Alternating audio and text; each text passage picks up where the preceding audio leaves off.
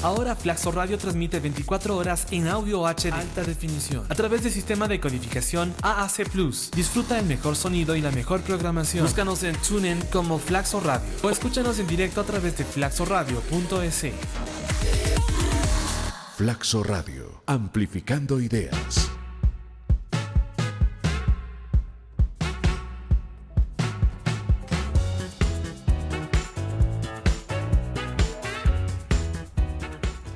Buenos días, bienvenidos al programa Estereotipas. Este es un programa de la Maestría de Género y Desarrollo de Flaxo, Ecuador.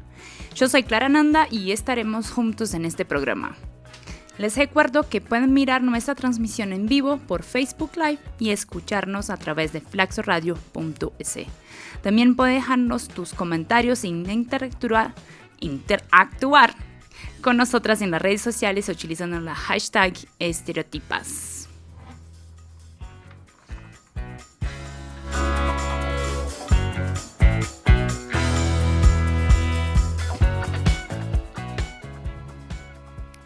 En este programa hablaremos del momento del ser, conociendo las minadoras de Quito. Y para contarnos sobre esta realidad, la experiencia de vida de esas mujeres que trabajan con materiales reciclados, está con nosotras la doctora de Estudios Andinos de Flaxo Ecuador, Catalina Rivadeneira. Bienvenida, Catalina.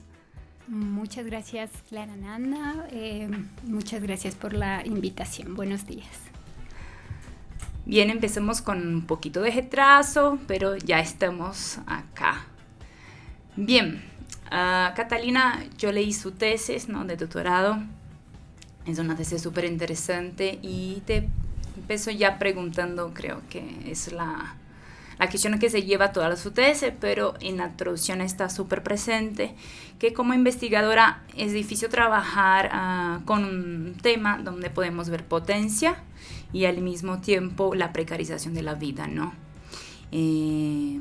Esa dicotomía de cómo abordar estas experiencias, o sea, de un lado hablar de esta máxima precarización del trabajo, pero además mirar la fuerza de esas mujeres que reinventan para sobrevivir. ¿Cómo fue elegir este camino? El por qué estudiar a las minadoras de Quito fue digamos que fue todo un recorrido, ¿no? Lo que primero, más bien de donde yo había partido, es de esta perspectiva del ser, ¿no? Si hay una agencia real en el ser humano, ¿no? Es la lucha, pero la lucha por el ser, ¿no? Por hacer que la vida nuestra valga la pena, ¿no? Porque tenga significado, porque nuestra existencia, nuestro paso por el mundo tenga significado. Entonces, yo me pregunté en algún momento, si todos tenemos esta necesidad de hacer que nuestra vida valga la pena, ¿cómo es para estas mujeres hacer que su vida valga la pena, ¿no? Con mujeres que trabajan precisamente con el desecho, con aquello que ya no es, que ha perdido sentido, que ya no es significativo, ¿no? Estas personas trabajan con desechos. Y el trabajo es una parte que afecta mucho nuestras subjetividades. Entonces la pregunta fue, ¿cómo hacen estas personas para hacer que sus vidas sean significativas en medio de un trabajo con el desecho, ¿no? Entonces por ahí es que se produjo, digamos, la pregunta que es la que intenta ser el hilo conductor de la tesis, ¿no?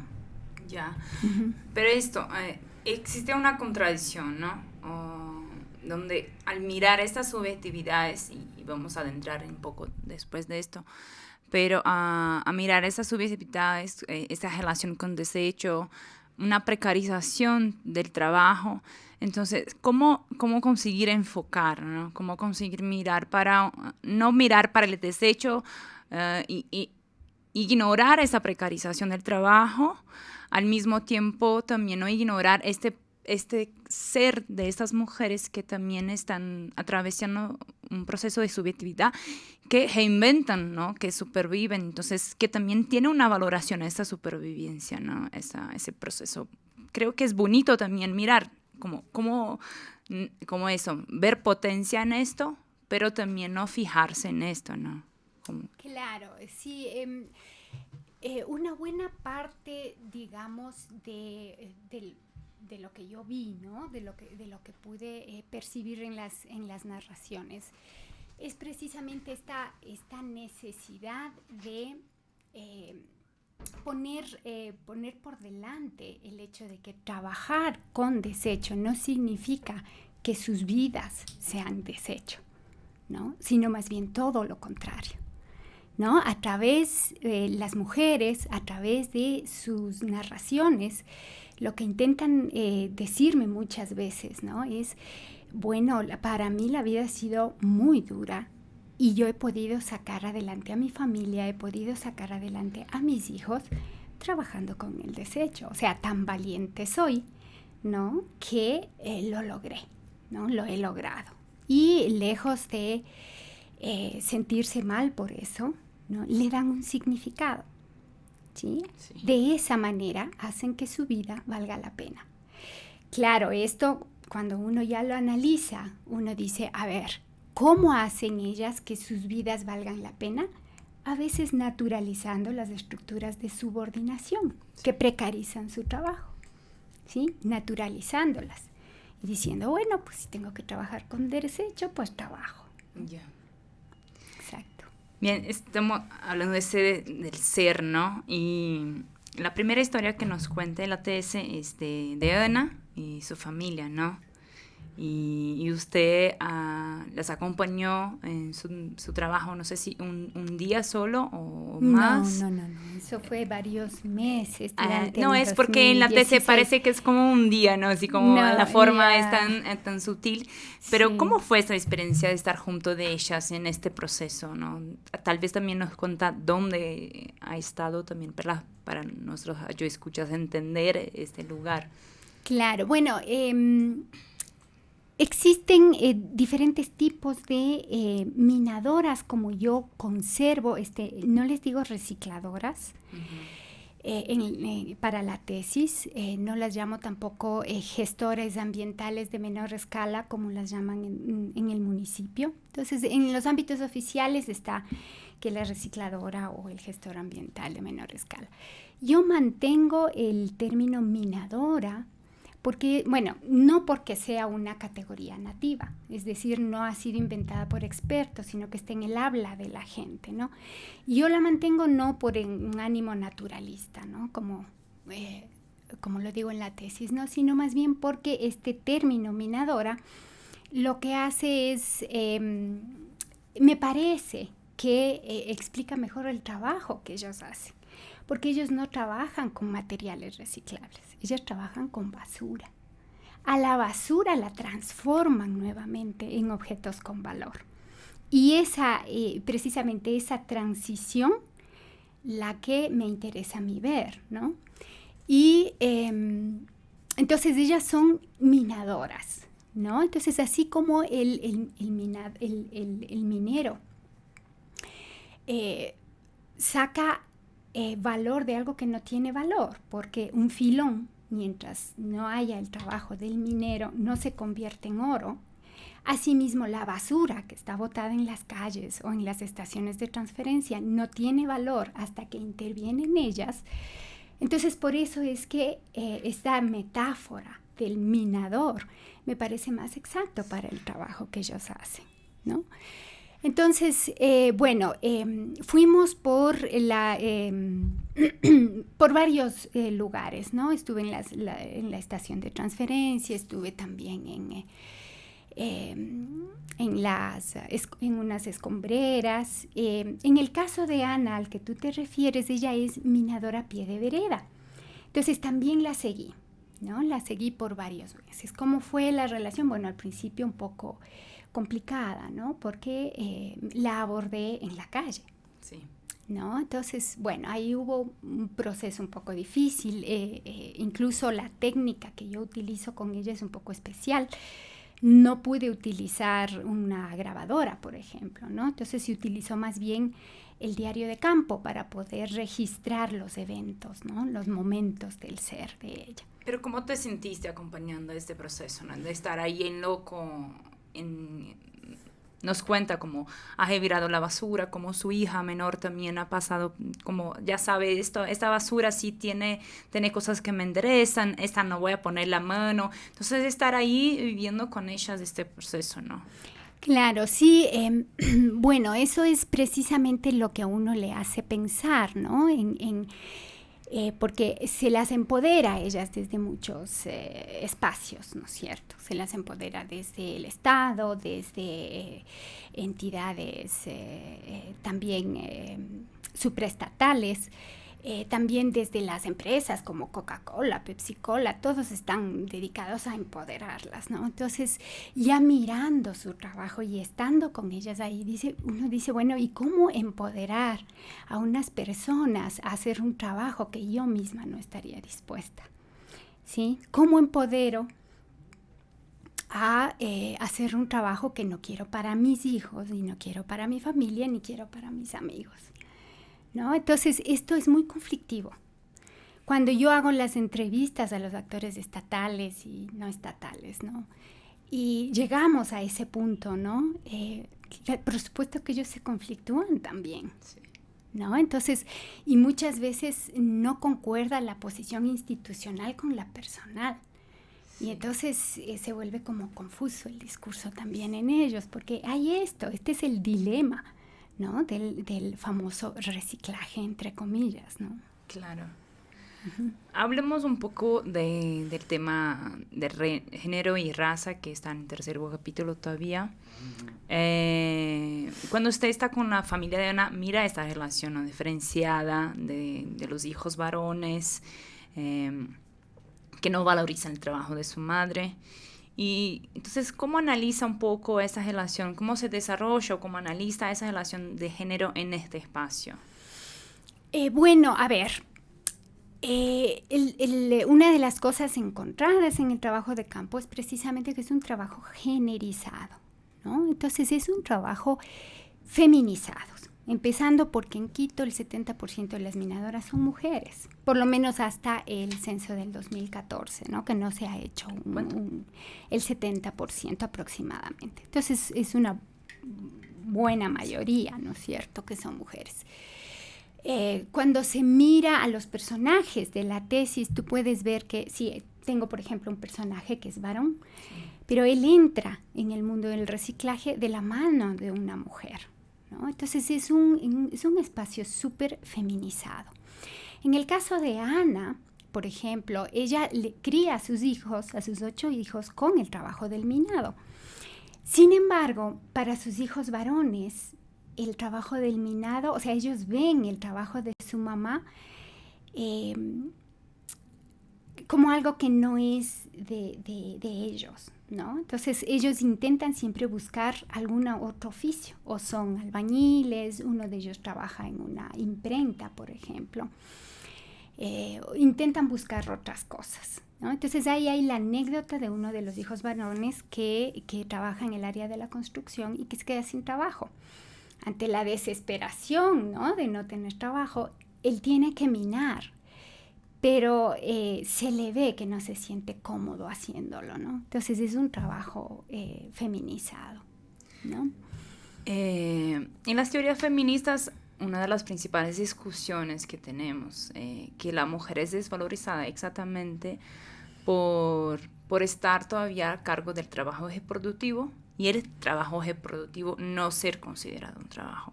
Entonces, esta relación, ¿no?, ¿cómo ves esa relación del trabajo del reciclaje o de la minadora, ¿no?, un trabajo desvalorizado, invisibilizado, y cómo hace esa relación, cómo podemos hacer esa relación también con el trabajo? Es un trabajo feminizado por eso, tal vez, esa vinculación con esa relación. No sé, ¿se me cacha? Sí, creo que sí. Bueno, sí, yo también tengo la misma intuición, porque es más fácil para las mujeres estar dispuestas a meter las manos en la basura. Y bueno, porque estamos dispuestas a hacer mucho del trabajo de limpieza de la casa, por ejemplo. Es un trabajo femenino, no es tan ajeno a nosotros, ¿no es cierto? El limpiar. Entonces, puede ser que vaya también por ahí, ¿no? Pero pienso también en una relación de invisibilización. Es un trabajo que nadie quiere hacer, es un trabajo invisibilizado, no, toda estructura, ¿no?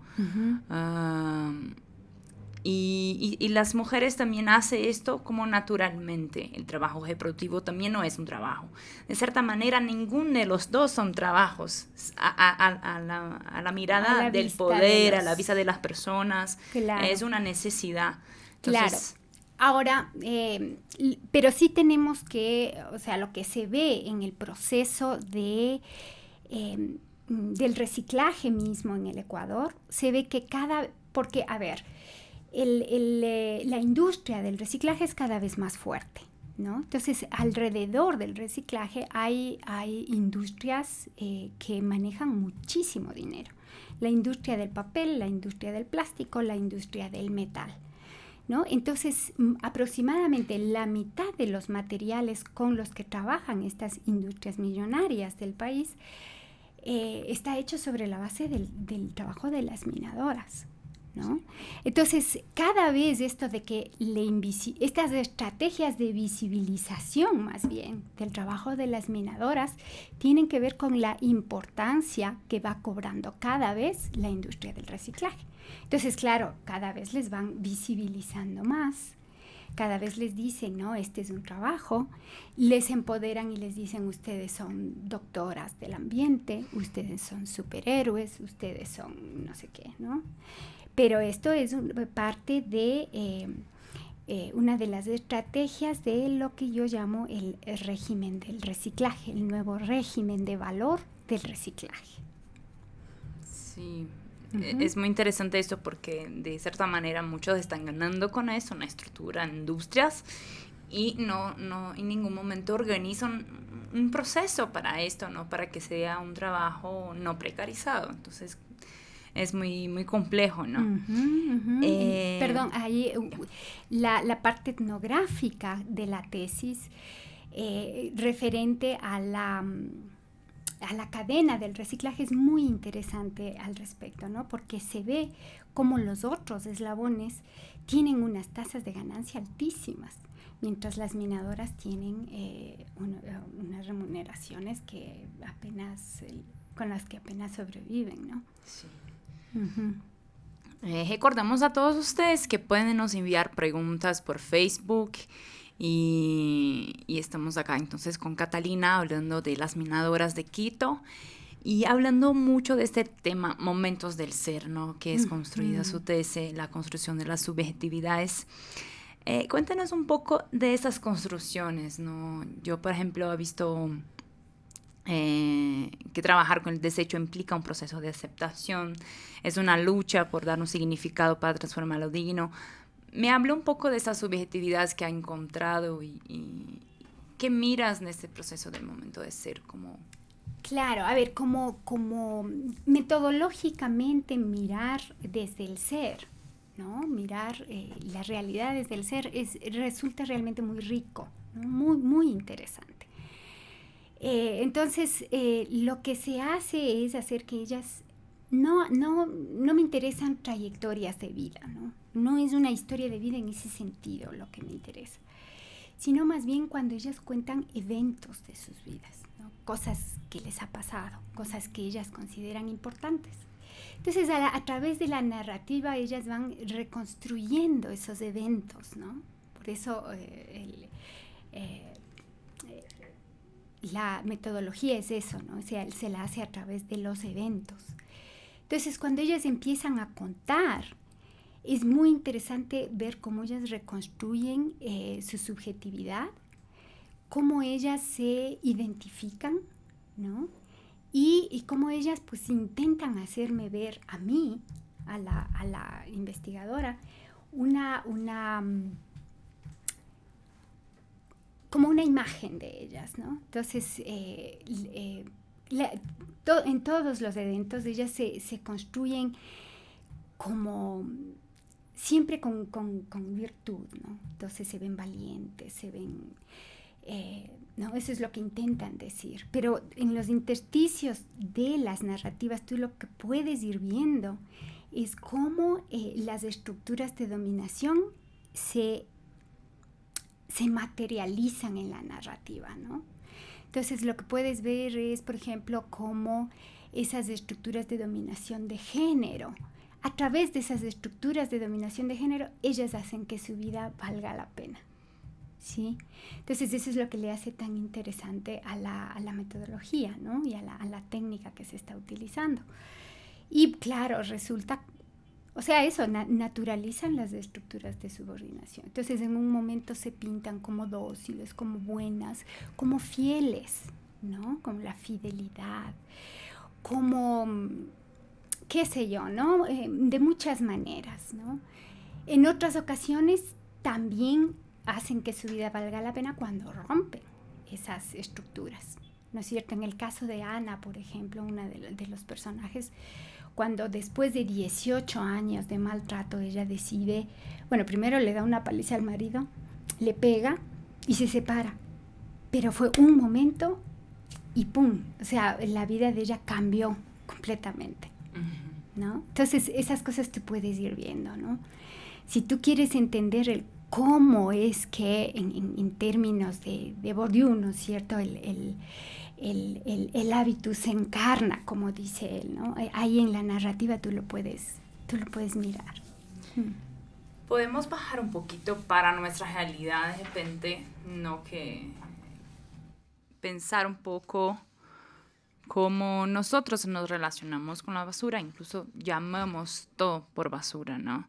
Uh-huh. Y hace un recorrido en su tesis del histórico, todavía de las políticas, del pensamiento, pero logró mirar un cambio de comportamiento de los consumidores con los materiales reciclados. Y ya, esa parte es una parte que yo dejo abierta más bien, ¿sí? Es una parte muy interesante que, o sea, mirar realmente si este régimen del reciclaje que intenta cambiar los valores de lo que es y no es basura, ¿no es cierto? Cómo eso es internalizado por el consumidor, pues no. Esa parte la dejo abierta para otra investigación, ¿no? Esa es una de las cosas pues que ya no se podía, ¿no? No se podía hacer todo, pero es muy interesante. Uh-huh. Y el cambio todavía del papel del Estado y del gobierno también ha cambiado. Nos contó un poquito de este proceso y cómo se fortalece la estructura. Sí, por supuesto. El Estado ha entrado con mucha fuerza, ¿no? en los últimos años, ¿no? Incluso dentro del Ministerio del Ambiente hay todo un departamento encargado de esto, ¿no? En el municipio es un tema que ha cobrado muchísima importancia, ¿no? Por eso en el 2014, por la iniciativa del municipio de Quito, se hace pues este censo, ¿no? de los minadores y de las minadoras. Y claro, también los organismos multilaterales como el Banco Interamericano de Desarrollo, por ejemplo, que está muy metido con el tema de los minadores, ¿no? Y pues sí, todos ellos son, digamos, actores que son parte del régimen de reciclaje, ¿no? Yo no sé, yo quería pensar un poco más opinión dentro de esa relación simbólica, ¿no? Nuestra con la basura. Y si todavía, si nosotros cambiamos esta relación con la basura, si también esto puede cambiar la situación de precarización de este trabajo.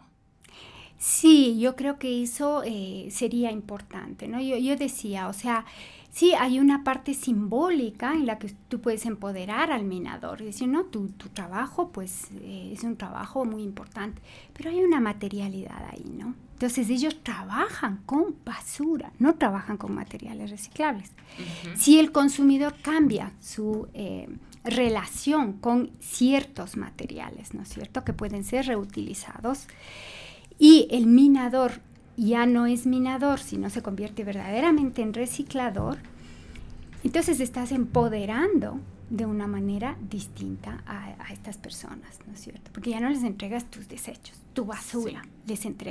les entregarías materiales.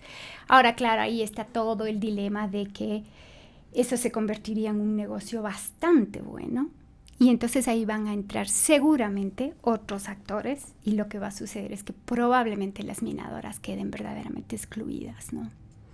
Sí. Ese es uno de los riesgos. Gracias. Bien, si así te gustó esta entrevista y estás en Quito en este 28 de febrero a las 12 en la Casa de Dorados de Flaxo, Catalina hará una presentación de la tesis en un coloquio, Momentos del Ser, Eventos, Experiencias y Narrativas de las Minadoras. Bien, muchas gracias, Catalina, por compartir estas historias con nosotras. Muchas gracias también, Clara Nanda. Muchas gracias al equipo también y a todos los que nos escuchan. Gracias. Gracias a todos nuestros radioescuchas y sigue con nosotros en Flaxo Radio. Mañana a las 11 en programa La Ventana con Luis Eduardo Inciarte. No te lo pierdas.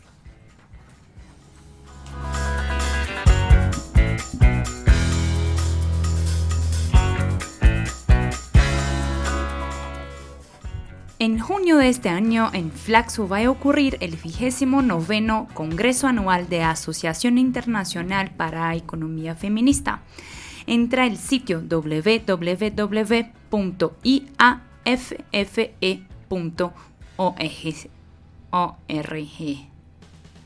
Las ponencias son hasta 15 de marzo. Agradecemos a Diana, Belén, Javier y Marilena por la ayuda en la producción de este programa. Mi nombre es Clara Nanda Barreira y les agradezco por estar en sintonía en Estereotipas.